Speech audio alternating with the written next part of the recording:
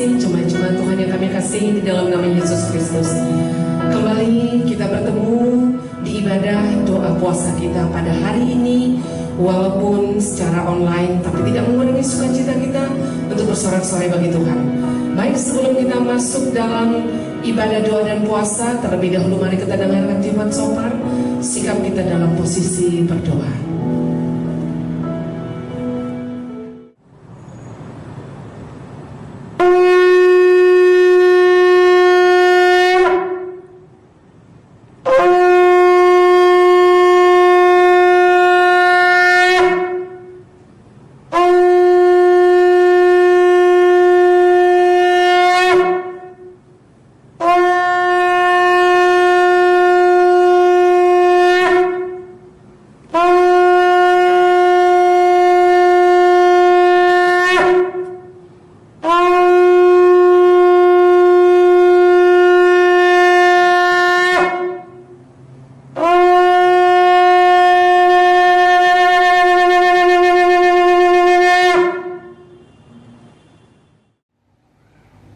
Mari kita berdoa. Tuhan Allah kami yang berada di sorga, yang kami kenal melalui anak-Mu Yesus Kristus penebus kami. Terima kasih Bapa atas perlindungan-Mu dan pertolongan-Mu. Pada hari ini kami memulai ibadah doa puasa kami. Berkati kami semua Bapa, baik di rumah kami masing-masing maupun di tempat yang lain.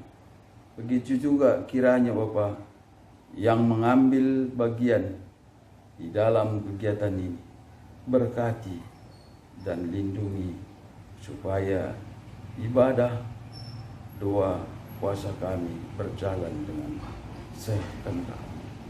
Tuhan Yesus, kami bermohon juga supaya hamba-Mu yang menyampaikan firman-Mu tutup bungkus dan diberkati, supaya firman-Mu yang disampaikannya menjadi kekuatan kami dan rema kehidupan kami. Tutup bungkus keluarga kami yang bertalian darah dengan kami dan harta benda kami. Tutup bungkus dalam nama Yesus Kristus. Ibadah kami ini supaya diberkati mulai dari awal, pertengahan, dan akhir. Tuhan menyertai dia. Di dalam nama Yesus Kristus. Haleluya. Amin. Baik, mari kita semua bangkit berdiri. Kita mau bersorak-sorai bagi Tuhan. Kita percaya bahwa penyertaan Tuhan selalu kami selalu dalam hidup kita. Dia yang mempunyai kuasa. Dia.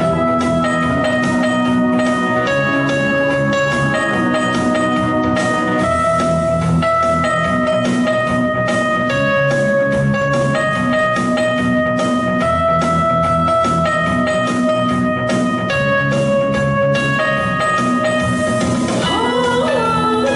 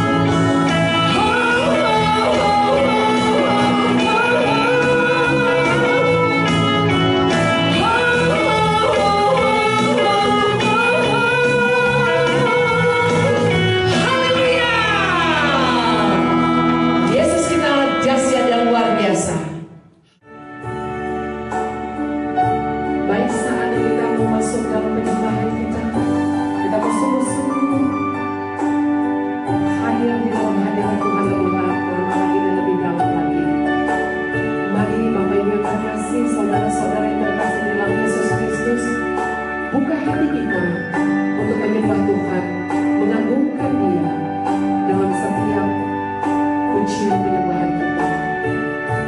Karena Dia Allah yang layak disembah dan layak dipuji.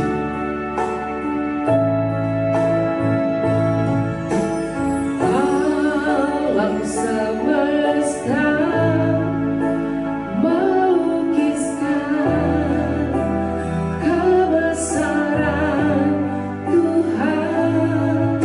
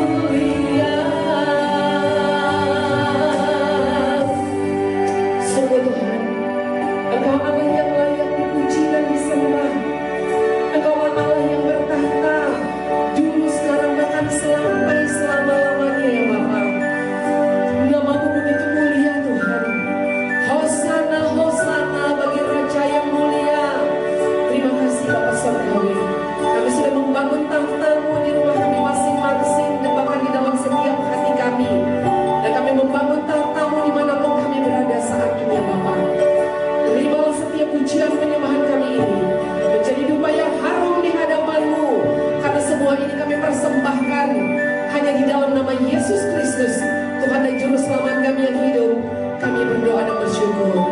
Haleluya. Mari semua kita yang sudah diberkati Tuhan bersama saya kita katakan amin. Mari kita bersatu di dalam doa syafaat. Kita berdoa. Terima kasih, puji syukur kami ucapkan kepadamu Tuhan. Engkau baik dan sangat baik dan teramat baik bagi kami Bapa. Mulai dari kami bangun tidur sampai saat ini. Besar kuasamu, besar mujizatmu, besar setiamu bagi kami. Terima kasih Tuhan. Tuhan, saat ini kami mau berdoa untuk bangsa dan negara kami. Berkati bangsa kami Tuhan, bangsa Indonesia ini, agar tetap bersatu hati, tetap kompak untuk menjaga keamanan negara kami Indonesia ini. Mulai dari Sabang sampai Merauke, hanya Tuhan yang campur tangan di dalam bangsa dan negara ini, sehingga kami semuanya dalam aman dan damai sejahtera. Terima kasih Tuhan. Kami berdoa juga untuk pemerintahan agar tetap kuat dan kokoh. Mulai pemerintahan dari pusat sampai daerah, sampai ke desa-desa. Tuhan Yesus, berkati semua pemerintahan kami Tuhan, agar bersatu hati dia dalam memimpin Indonesia ini Tuhan, dalam mengerjakan tugasnya Tuhan, agar negara kami Indonesia ini tetap kuat dan kokoh, dan tetap bersatu hati kami semuanya, rakyat Indonesia ini. Terima kasih Tuhan. Kami berdoa juga untuk TNI, Polri, KPK, Jaksa dan Hakim. Kami bermohon dengan rendah hati Bapa, bertukuk lutut kami kepadamu Tuhan, agar TNI, Polri, KPK, Jaksa, Hakim ini menjalankan tugasnya di negara Indonesia ini dengan seadil-adilnya. Tuhan yang berkuasa, Tuhan yang campur tangan dalam tugas TNI, Polri, KPK, Jaksa, Hakim ini Tuhan Yesus. Terima kasih Bapak. Kami berdoa juga untuk kesatuan antar gereja yang ada di Indonesia ini. Walaupun banyak gereja-gereja yang ada di Indonesia ini Bapak, mulai dari Sabang sampai Merauke, tapi kami tetap satu Tuhan untuk menyembah Tuhan yang Esa, Tuhan yang ajaib, Tuhan yang maha kuasa, Tuhan yang menjadi juru selamat kami. Tiada yang mustahil bagimu Bapa. Dari Sabang sampai Merauke, kami hanya memuji dan memuliakan nama Tuhan. Terima kasih Bapa. Inilah doa syafaat kami yang kami naikkan kepada Tuhan. Dan kami percaya dalam firman Tuhan, apa yang Engkau minta dan penuh percaya, Tuhan akan memberikannya. Kami percaya dan aminkan, Tuhan pasti menjawab doa kami tepat waktunya. Di dalam nama Tuhan Yesus, kami sudah berdoa dan ucap syukur. Haleluya. Amin. Salam Bapak Ibu yang terkasih dalam nama Tuhan Yesus Kristus. Bagaimana kabar Bapak Ibu semuanya? Tentu baik-baik saja ya, walaupun dalam masa pandemi kita percaya bahwa Tuhan tetap menjaga dan melindungi kita. Ini saatnya kita untuk mendengar firman Tuhan. Sebelum kita mendengar firman Tuhan, kita berdoa terlebih dahulu. Mari kita berdoa. Bapa Surgawi, puji syukur, glori-glori, kemuliaan hanya bagimu ya Tuhan. Pada saat ini kami mau mendengarkan sebagian daripada firman-Mu, dan kami tahu semuanya Tuhan, semua karena anugerah-Mu, semua karena kasih karunia-Mu kami dapat mengadakan ibadah ini.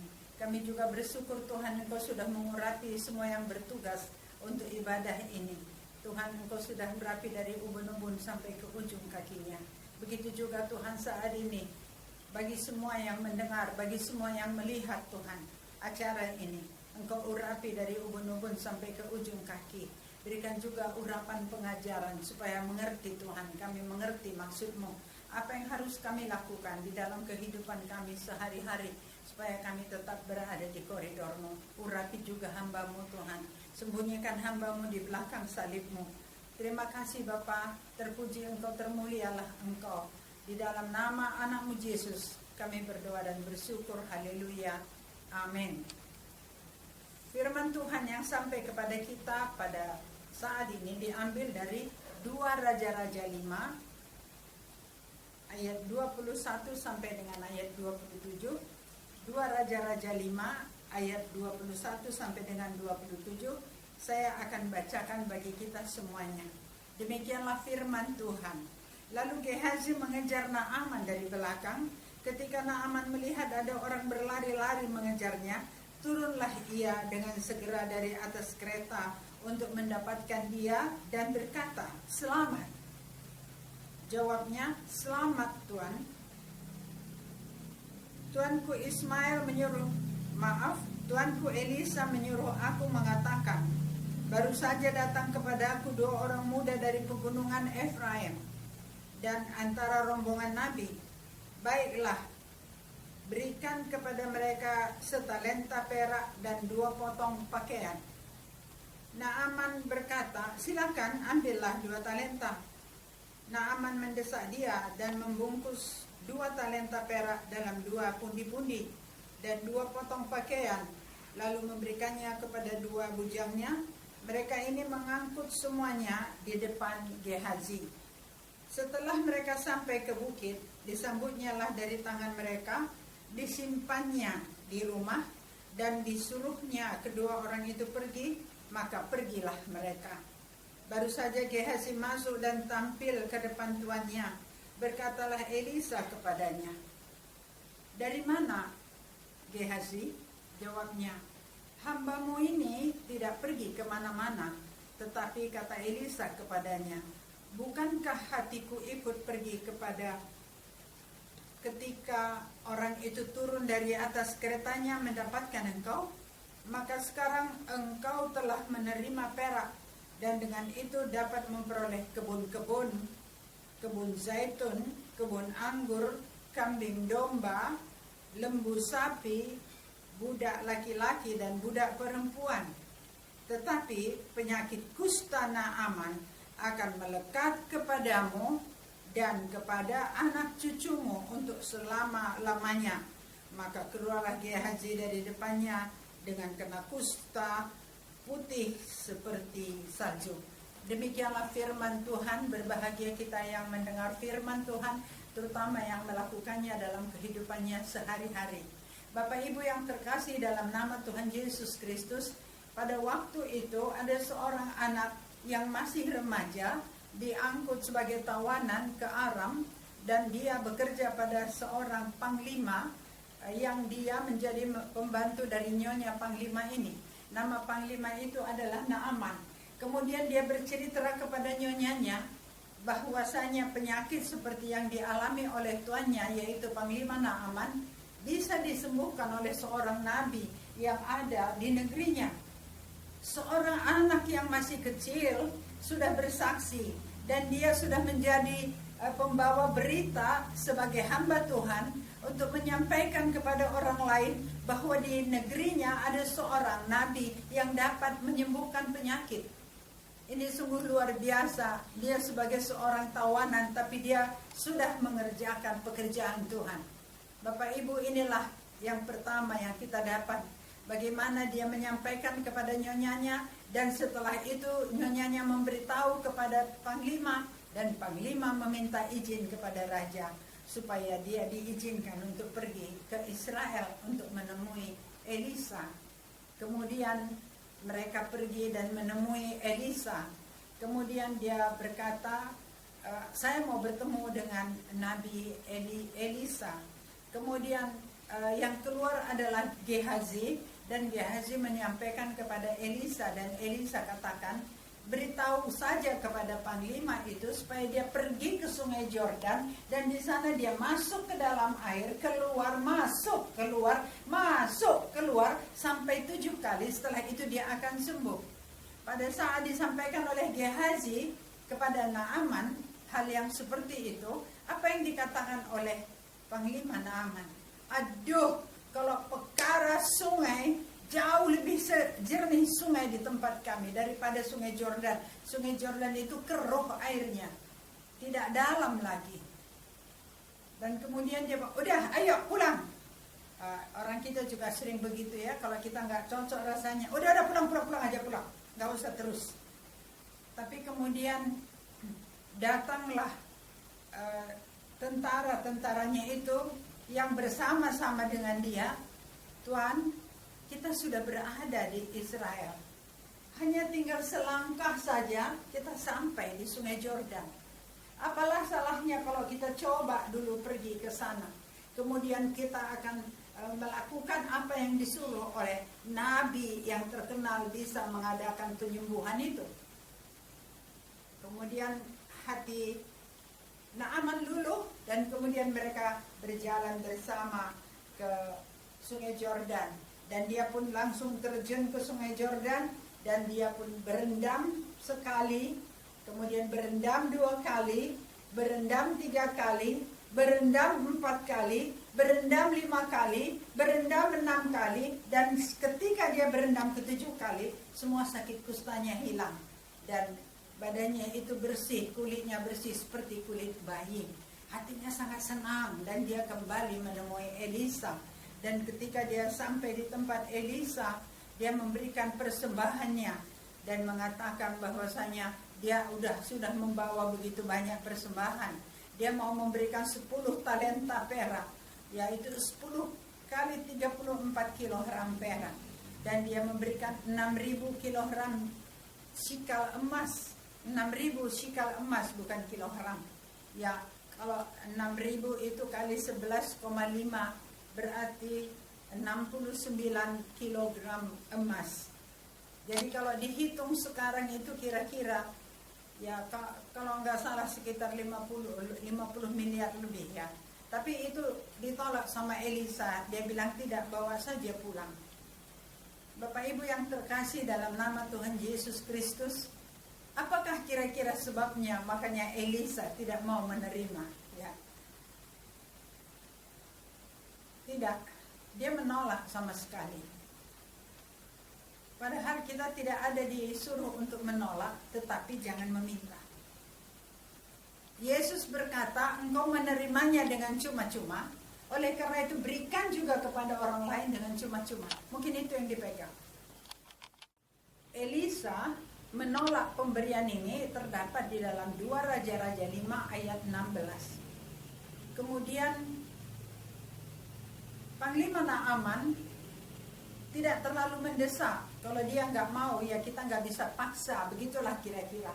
Dan mereka pun berjalan mau kembali ke negerinya, kembali ke Aram. Kemudian tidak lama datanglah Gehazi berlari-lari untuk mendapatkan Panglima Naaman itu. Dan ketika Panglima Naaman melihat bahwasanya ada orang yang berlari mau menemui dia, dia berhenti dan turun dari keretanya. Ada apa? Dia katakan, oh ya, tadi ada 2 orang rombongan Nabi datang menemui Nabi Elisa. Dan Nabi mengatakan supaya disuruh saya untuk mengambil pemberian itu. Enggak usah banyak, sedikit aja, sebagian. Oke, kalau begitu, kata Panglima Naaman, berikanlah kepadanya 2 talenta dan 2 jubah. Kemudian itu diterima dan kemudian diberikan kepada 2 orang laki-laki yang ikut dengan dia tadi. Kemudian mereka pun pergi ke bukit di mana Gehazi tinggal.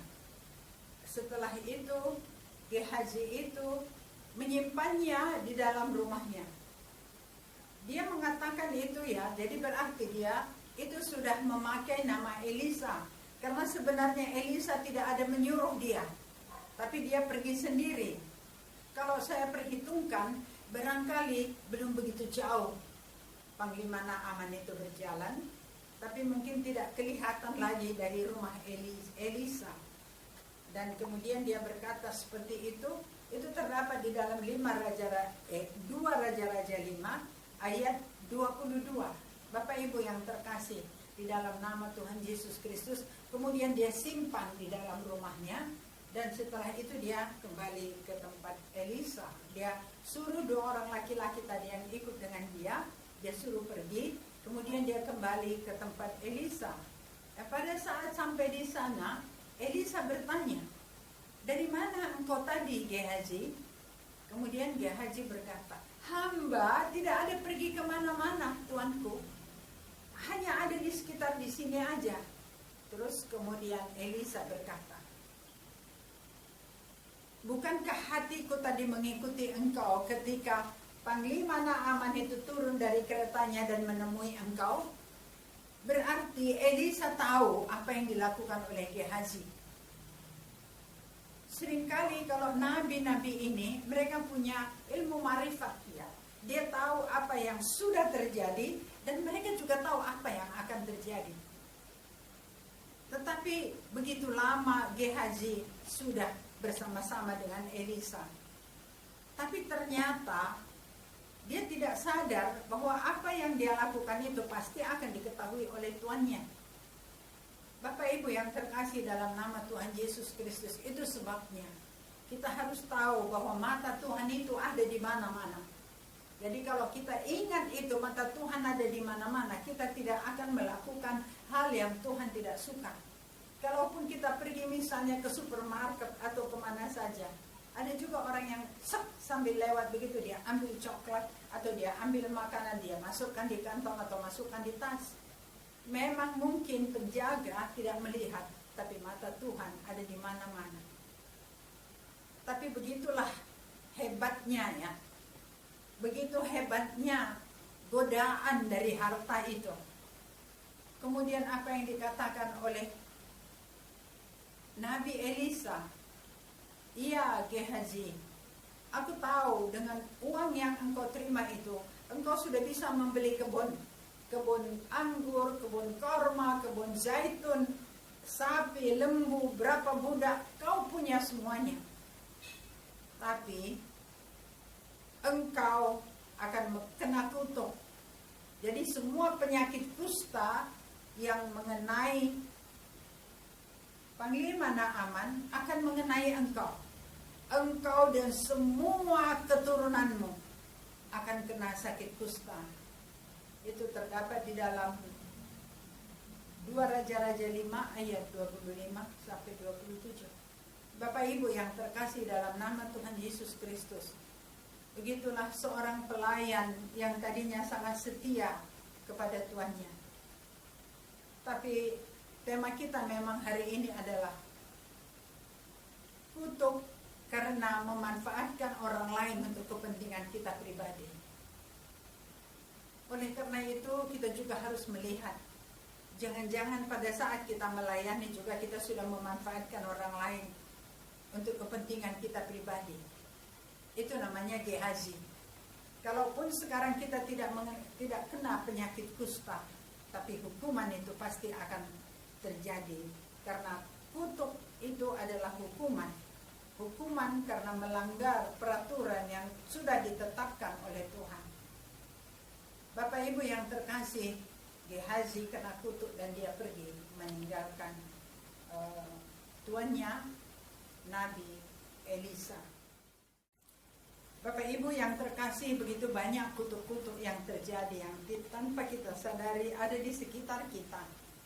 Oleh karena itu, kalau ada yang seperti ini, kemungkinan besar kita juga sudah memanfaatkan orang lain. Tapi mudah-mudahan tidak. Tapi tanpa kita sadar barangkali kita sudah memanfaatkan orang lain untuk kepentingan kita pribadi.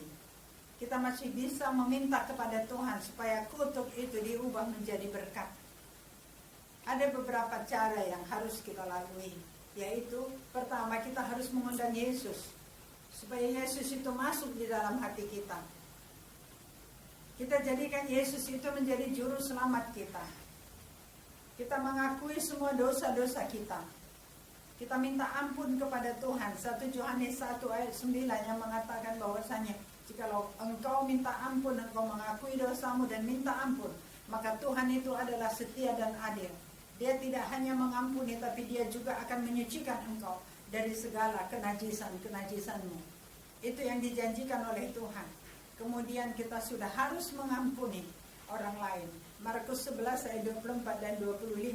Jikalau engkau berdoa dan engkau percaya bahwasanya apa yang engkau minta itu sudah engkau terima, Tuhan memberikannya kepadamu. Tapi engkau harus mengampuni terlebih dahulu dosa-dosa orang lain. Jadi kita sudah harus mengampuni.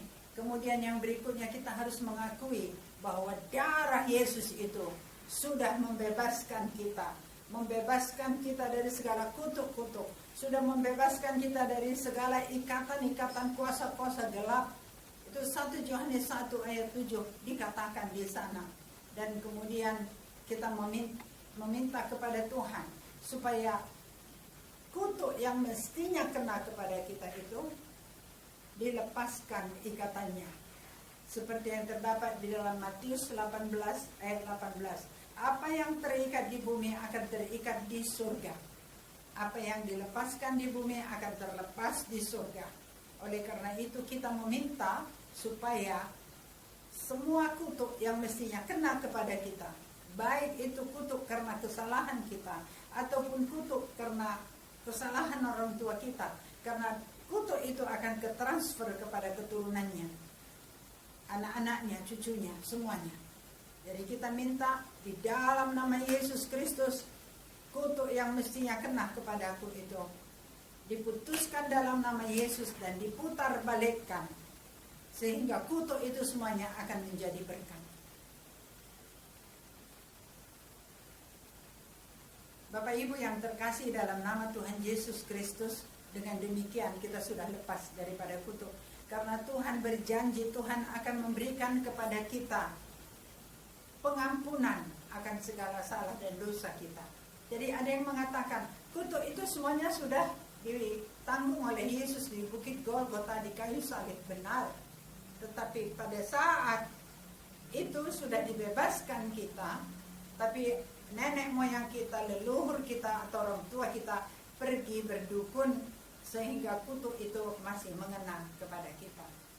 Jadi hari ini tema kita adalah kutuk karena memanfaatkan orang lain untuk kepentingan atau keuntungan kita pribadi.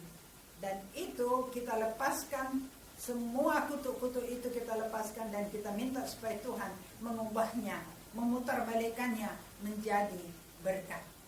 Tuhan Yesus memberkati kita semuanya. Kita berdoa. Terima kasih Tuhan untuk firman yang kami dapat pada hari ini. Kami belajar Tuhan bahwasanya memanfaatkan orang lain untuk keuntungan pribadi itu juga mendapat hukuman. Oleh karena itu Bapa, kami mohon kepadamu supaya Roh Kudus terus mengajari kami sehingga kutuk itu tidak terkena kepada kami.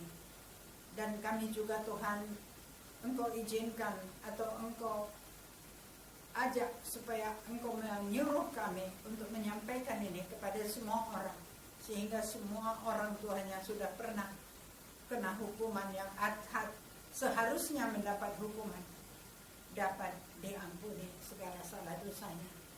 Bapa, tidak terlepas kami terus berdoa setiap hari, dan hari ini adalah hari pas 1 tahun Tuhan pandemi COVID-19 sudah ada di Indonesia. Kami bermohon kepadamu ya Bapa, Engkau angkat COVID ini dari Indonesia ini. Belas kasihan-Mu yang kami tunggu Tuhan. Kami mengangkat tangan kami dan berseru-seru terus kepadamu. Kasihani kami Tuhan, ampuni dosa kami Tuhan. Kami akui salah dan dosa yang kami perbuat. Angkat COVID-19 ya Bapak. Sekarang sudah ada vaksin Sinovac yang sekarang diberikan kepada banyak orang. Kami mohon Tuhan supaya kiranya vaksin ini bermanfaat, dan dengan demikian nanti virus corona itu sudah dapat dihempang. Terima kasih Bapak, ajar kami semuanya supaya mengikuti peraturan yang dibuat oleh pemerintah. Mencuci tangan kami Tuhan, memakai masker, dan juga kami terus menjaga jarak, tidak masuk kepada kerumunan-kerumunan, tidak mengadakan acara-acara yang mengumpulkan banyak orang. Terima kasih Bapa, terpuji Engkau, termulialah Engkau, Allah dahsyat, Allah yang luar biasa. Di dalam nama anak-Mu Yesus kami berdoa, kami bersyukur. Haleluya, amin. Salam sehat, Tuhan Yesus memberkati.